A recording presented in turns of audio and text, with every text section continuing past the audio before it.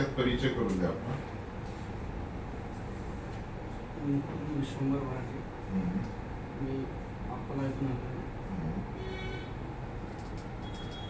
माझं शिक्षण प्राथमिक शिक्षण जिल्हा परिषदच्या गावामध्ये झालेलं आहे, जिल्हा परिषद शाळेमध्ये.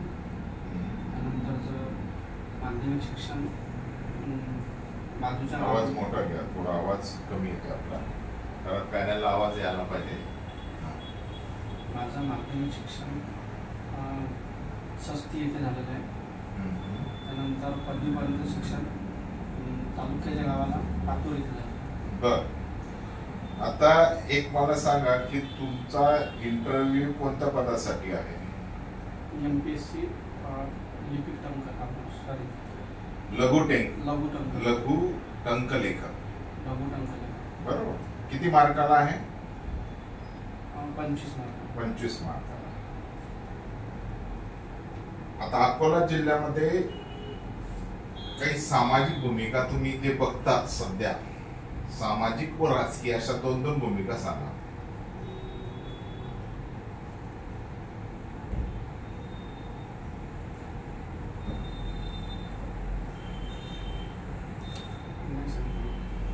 कोणता हायवे गेलेला आहे अकोल्यावरून?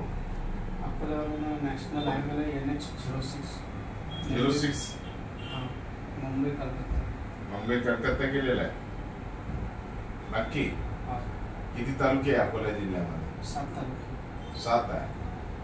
क्षेत्रफळ सांगता येईल? नाही सर.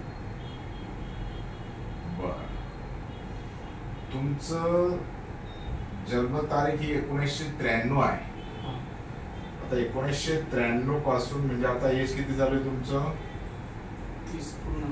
30 पूर्ण. 31 चालू, राईट? मग 31 वर्ष चालू असताना तुम्ही आतापर्यंत काय केलं?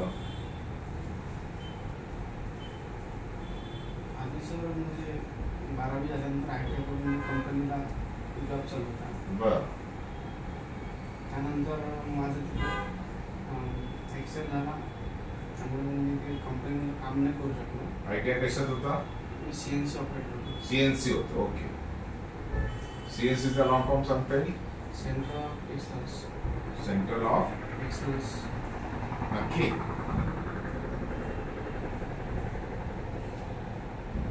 काय काम असतं CNC? म्हणजे जॉब राहते त्याचं डिझाईन मशीनला ऑटोमॅटिक न्यूमेरिकल कोडनं दिलेलं असते. त्याच्यावर मशीन ऑटोमॅटिक वर्क करते. बर, आता तुम्ही हँडिकॅप मध्ये फॉर्म भरलाय का? मग EH कोणता संवर्गात? आर्थो? किती पर्सेंट आहे तुम्ही आता हँडिकॅप? 60%. EH मध्ये 60%. ओके.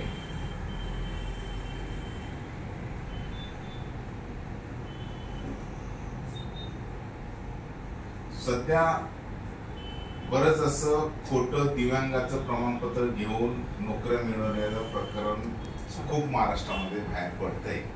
ते UPSC पासून तर खालच्या परीक्षेपर्यंत. याच्याकडे आपण कसे बघतात? ऍक्च्युली त्या समांतर आरक्षणाचा लाभ घ्यायसाठी लोक कुठे ना त्या प्रकारे पैसे देऊन करतात.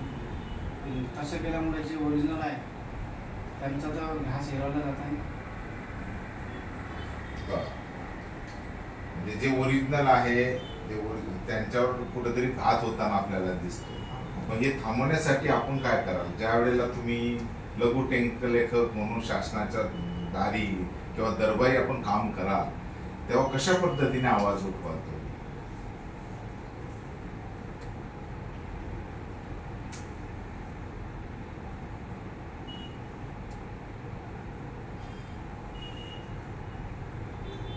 जे समजा समाजक संघटन करून लोकांमध्ये त्याच्या जाणीव करून द्यायला पाहिजे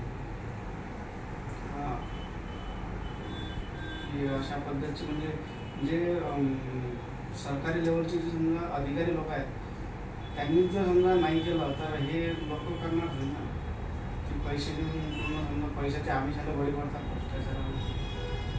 म्हणजे तुम्हाला मान्य आहे का भ्रष्टाचार प्रशासनात आहे असं?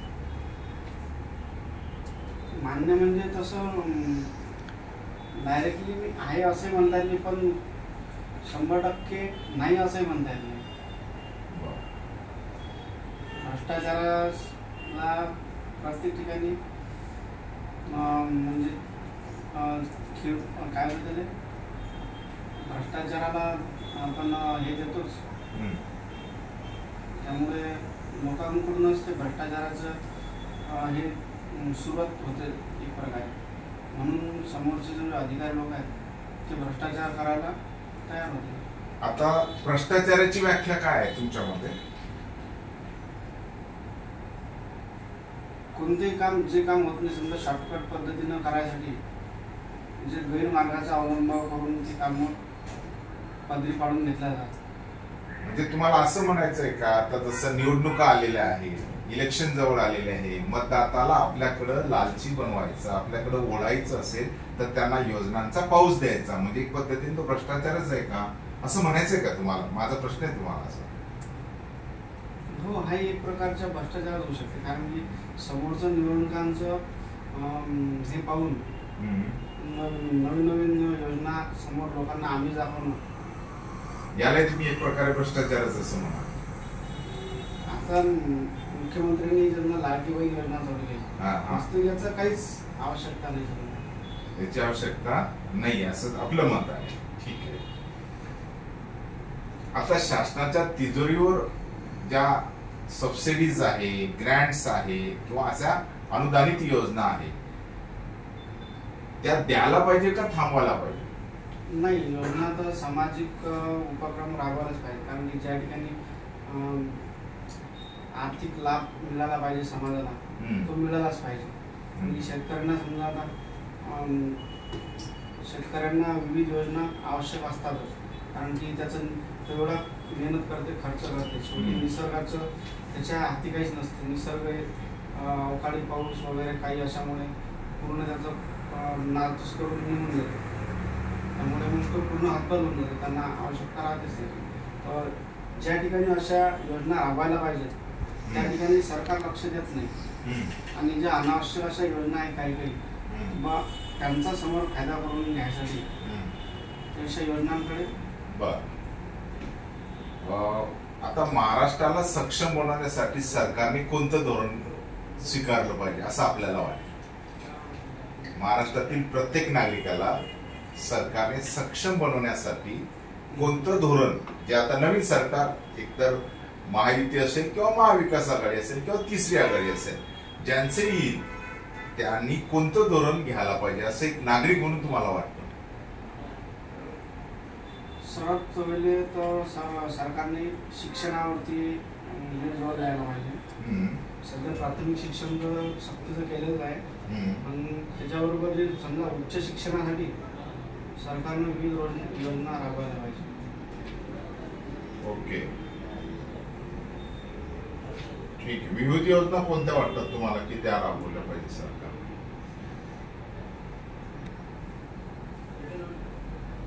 म्हणजे सर कोणत्या योजना अशा तुम्हाला की ज्या सरकारने राबवायला पाहिजे असं आपल्याला वाटतं? शिक्षणासंबंधी म्हटलं तर म्हणजे समजा मागासवर्गीय आहे, बरोबर, त्यांच्यासाठी खास योजना राबवायला पाहिजे. ओके. जे म्हणजे शिक्षण घेऊ शकत नाही तर ते या शिक्षणाच्या प्रवाहामध्ये आले पाहिजे. आता ओबीसी तून मराठ्यांना आरक्षण आणि एसटीतून धनगरांना आरक्षण आणि मुस्लिमांनाही आरक्षण द्यावं असे जे मुद्दे आता पेटतात महाराष्ट्रामध्ये, त्याबाबत आपलं मत काय? काही घाबरू नका, निवांत उत्तर द्या. त्यांना आरक्षण द्यायचं हा मुद्दा ठीक आहे, पण ओबीसीचं आरक्षण तोडून यातलंच मराठ्यांना आरक्षण देणं, त्यापेक्षा स्पेशल त्यांनाच त्यांचं आरक्षण द्यायला पाहिजे. अच्छा, पण 50%च्या वर आरक्षण देता येत नाही असं समाजातील काही प्रतिनिधी, मराठा समाजातील काही प्रतिनिधींचं म्हणणं, आणि ते कायद्याच्या दृष्टीने योग्य बी आहे.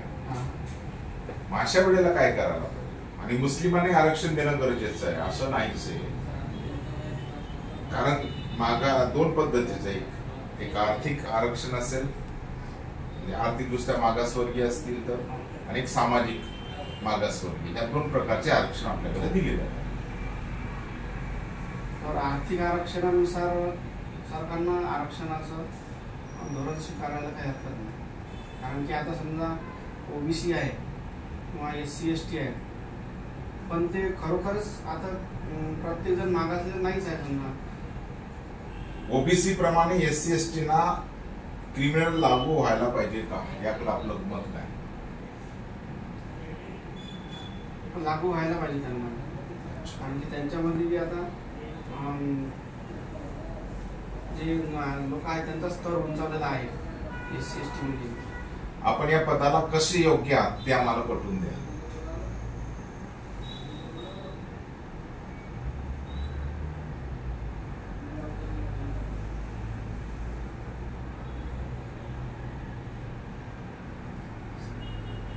म्हणजे तुम्ही पटवून देत नाही म्हणजे मग आम्ही काय समजायचं? ओके, असं नाही, काहीतरी बोलावं लागेल ना तुम्हाला.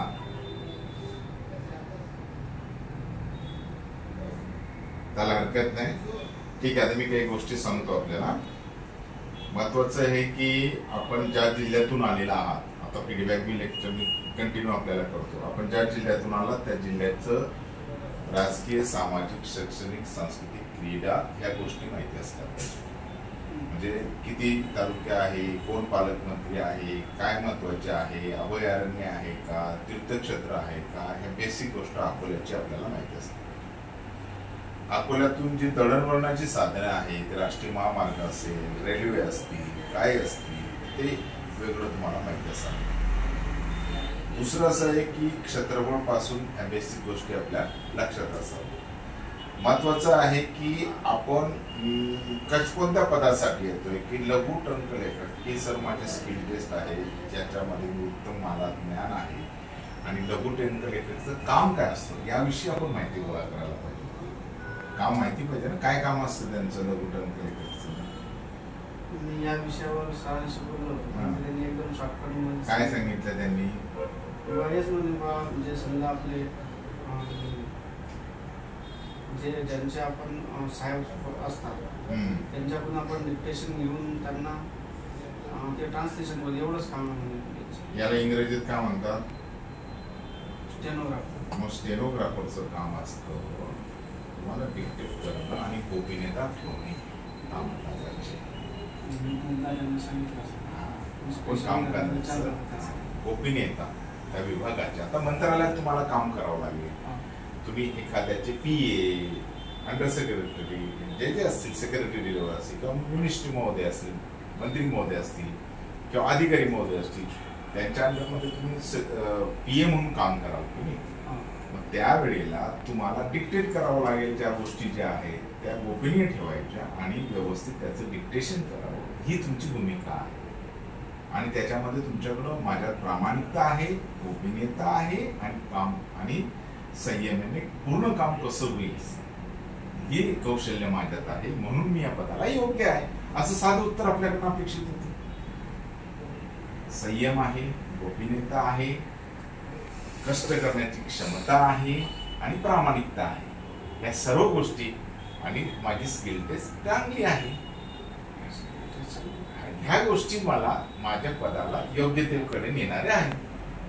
याचं साधं उत्तर आपलं अपेक्षित होतं आणि तेवढं उत्तर आपण द्यायला पाहिजे.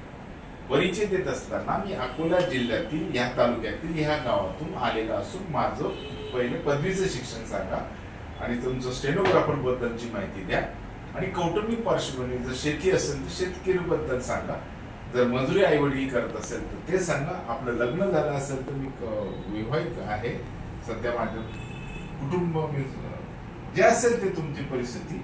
मग त्याच्यावर तुम्हाला प्रश्न मी जो विचारला होता की आज तुम्ही 31 वर्ष झाला, एवढे दिवस काय करत होता सर, मी तुम्ही उत्तर दिलं की मी ITI झालेलं होतं माझं, CNC मध्ये माझं ITI झाल्यामुळे मी कंपनीत जॉब करत होतो, पण माझा ऍक्सिडेंट झाल्यामुळं मी सध्या माघारी वळलो आणि एखादी सुरक्षित नोकरी मला स्पर्धा परीक्षेद्वारे मिळू शकते म्हणून मी तिकडे प्रयत्न करतो, असं त्याचं उत्तर द्यायला पाहिजे. मला म्हणता लक्षात. महाराष्ट्राच्या घडामोडी माहिती पाहिजे. महाराष्ट्राचं मंत्रिमंडळ काय, सध्या इलेक्शनचे वार चालू आहे, निवडणुका लागल्या, काय आहे, लाडकी बहिणी योजनेचा परिणाम काय होऊ शकतो, आरक्षणावर न्यूट्रल उत्तर द्या. तुम्ही एका बाजूने उत्तर द्यायचं. न्यूट्रल म्हणजे कसं की कॉन्स्टिट्युशनल उत्तर द्यायचं की सर ओबीसीतून आरक्षण देणं ना हा राष्ट्रीय मागास वर्ग आयोग जो आहे त्यांची शिफारस आणि केंद्रानं केलेला कायदा आणि राज्य सरकारने घेतलेलं त्याला पाठपुरावा करणं आणि कोर्ट या संबंधित ते निर्णय देऊ शकते. मी त्याच्यावर भाष्य करणं योग्य नाही. तुम्ही युअर नॉट ऑथॉरिटी की तुम्ही त्याच्यावर भाष्य करावं. हा निर्णय कोर्ट ठरवू शकतात. माननीय न्यायालय म्हणायचं. माननीय न्यायालय एक तर निर्णय देऊ शकतं, एक तर केंद्र सरकार एखादी घटना दुरुस्ती करून कायद्याची दुरुस्ती करून कायदा करू शकते. जसं EWS ला त्यांनी आरक्षण दिलं. दुसरी पद्धत आहे की एकतर राष्ट्रीय मागासवर्ग आयोग जो असतो किंवा राज्य मागासवर्ग आयोग ती शिफारस करतील आणि त्या भूमिकेतून तो निर्णय होऊ शकतो. तो त्यांच्या अखत्यारातला प्रश्न आहे आणि प्रत्येकाला आरक्षण मिळावं ही माझी भूमिका आहे. कळलं मुद्दा? याच्यावर अशा पद्धतीने तुम्ही हे फॉर्म करायला पाहिजे. ठीक आहे. आपल्याला जे जे महत्वाचे आहेत हात टेबलवर मारायला नको पाहिजे होते. ड्रेस कोड व्यवस्थित अजून करून घ्यायचा. थोडंसं सोबर वगैरे धुतलेला वगैरे व्यवस्थित अगदी प्रेझेंटिव्ह ड्रेस अगदी चालेल आई चालेल असं काही नाही. फक्त स्वच्छ असला पाहिजे. थोडासा 2-3 दिवस झाले तो आपण वापरलेला नसावा एवढे भान ठेवायचं. दाढी वगैरे ह्या ज्या बेसिक गोष्टी त्या असल्या ड्रेस बनवायला नाही. ठीक आहे ना, ठीक आहे. साधा बी चालतो पण स्वच्छ असला पाहिजे ही त्यामागची भूमिका आहे. नंतर महाराष्ट्राबद्दल थोड्याफार गोष्टी विचारतील. नंतर मंत्रालयात कोणत्या मंत्रालयात काय आहे, कुठं आपण काय काम करावं एवढं एकंदरीत तुम्ही तयारी करायची. फार काही घाबरण्याची गरज नाही. शेतीवर जर प्रश्न शेतकरी एक आई वडील किती एकर जमीन आहे आपल्याकडं? 1 एकर जमीन आहे. 1 एकर जमीन आहे तर काय कोणतं पीक लावतात? पावसाळ्यात पिकामध्ये सोयाबीन. मी तुम्हाला प्रश्न विचारला होता की महाराष्ट्र सक्षम बनवण्यासाठी सरकारची कोणती धोरणं असावी की सर शेतकऱ्याच्या पिकाला हमी भाव दिला गेला पाहिजे. जो आज सोयाबीनला सपोज 6,000 असेल तर तो 12,000 दिला पाहिजे. कपाशीला असेल तर 15,000 दिला पाहिजे किंवा 10,000 दिला पाहिजे. वाटेवर त्यांनी करून शेतकरी हा सक्षम होईल. शेतकरी राजा सक्षम झाला म्हणजे महाराष्ट्राला अशा कोणत्या योजना द्यायची गरज पडणार असं उत्तर द्यायला पाहिजे होतं ना. हमी भावाला सपोज आज आपल्याला 6,000 रुपये भाव मिळतोय. तो 12,000 कपाशीला मिळाला किंवा 10,000 मिळाला तर शेतकऱ्याला लागलेला 4-5 हजार खर्च, बाकीचे 5,000 त्याला नफा आहे ना. मग तो सक्षम झालात ना. सरकारला ही धोरणाची गरज आहे की त्यांच्या मालाला हमी भाव दिला गेला पाहिजे. त्यांना हवं ते योग्य वेळेला कर्ज दिलं गेलं पाहिजे. हवं ते योग्य वेळेला सिंचनाची सोय उपलब्धता करून दिली पाहिजे. प्रोडक्शन निर्मिती झाल्याशिवाय त्याचा GDP वाढू शकत नाही. तर प्रत्येकाचा GDP कसा वाढेल या दृष्टिकोनातून सरकारने प्रयत्न करायला पाहिजे म्हणजे महाराष्ट्र सक्षम. ठीक आहे, चालेल.